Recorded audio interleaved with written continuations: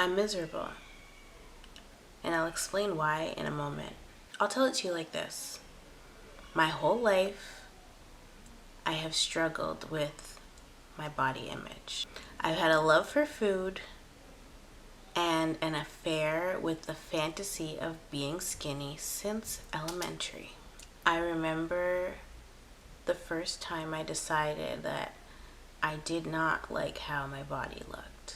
And it's so crazy how one comment can trigger a lifelong journey of obsessions surrounding my body.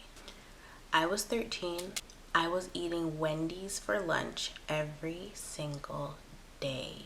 My metabolism had altered, and it seemed like it happened overnight, but I had put on 15 pounds.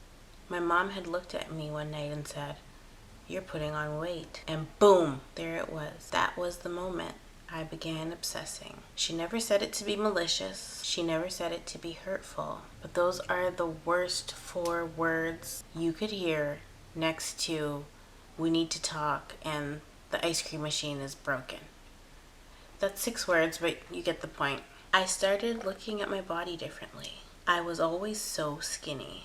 I was a kid. I shouldn't have cared as much as I did, but that vanity, I'll get you every single time. Once I got to high school, thank God for gym class because I slimmed down a whole lot. But it was already too late. In my mind, I was fat. I then entered into the constant up and down battle where my weight was never stable. I'm only 5'2", for heaven's sakes. I should be 120 pounds, soaking wet. On paper, I'm obese.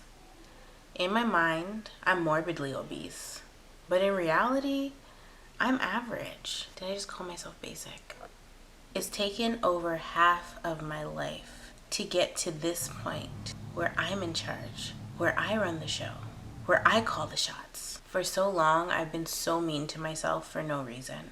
And maybe a part of it is from people teasing me, calling me chubby.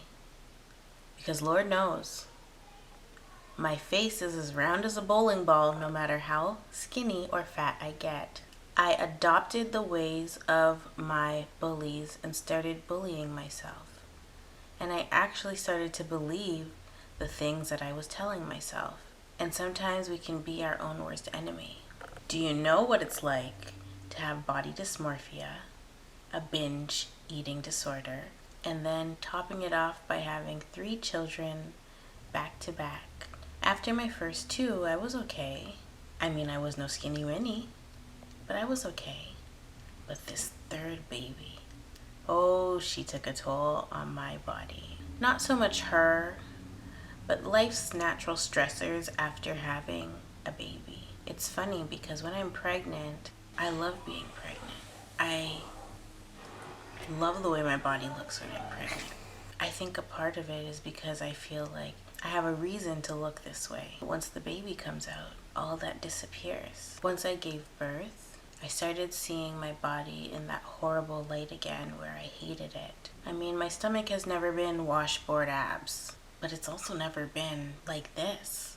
I binge ate Kit Kats and all kinds of things I had no business eating. Peach rings, cinnamon buns, sweets, just anything that was delicious, I would eat it.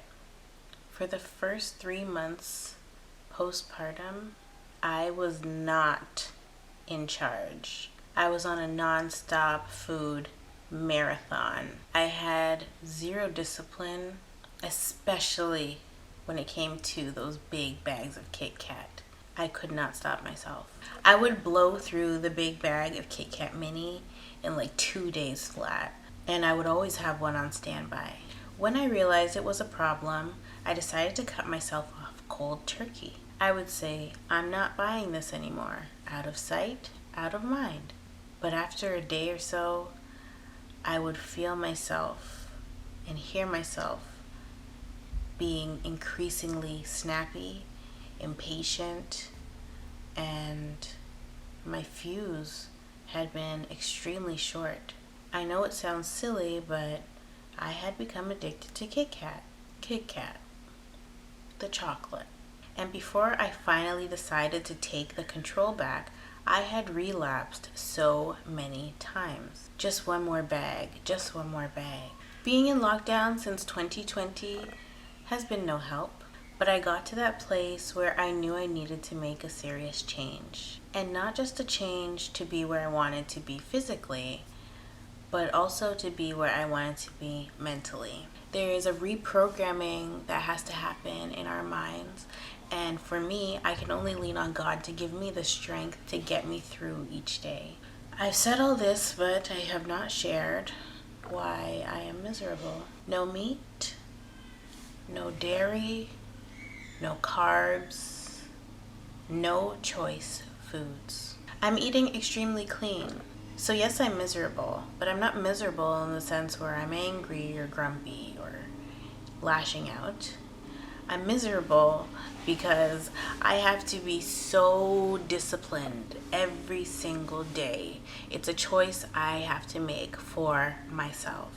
I tried keto, and though it's good, it did not serve my body the way that the Daniel fast serves my body, my mind, and my spirit. The Daniel fast is such a spiritual experience for me that I always feel better when I'm on it. I am choosing to be vegan until I can stand and prove to myself that I can be disciplined outside of my fast. And not just disciplined where food is concerned, but disciplined in every area of my life. This is real discipline, and it's something that I lack. Do you know how hard it is to wake up every morning and make my kids breakfast or make them a snack and I can't have any? Or when I have to cook dinner for everyone except for myself? But it's okay because my end goal is far greater than the temporary satisfaction that my flesh is craving. I love my body so much that I'm willing to discipline it because I'm giving her everything she deserves and nothing less.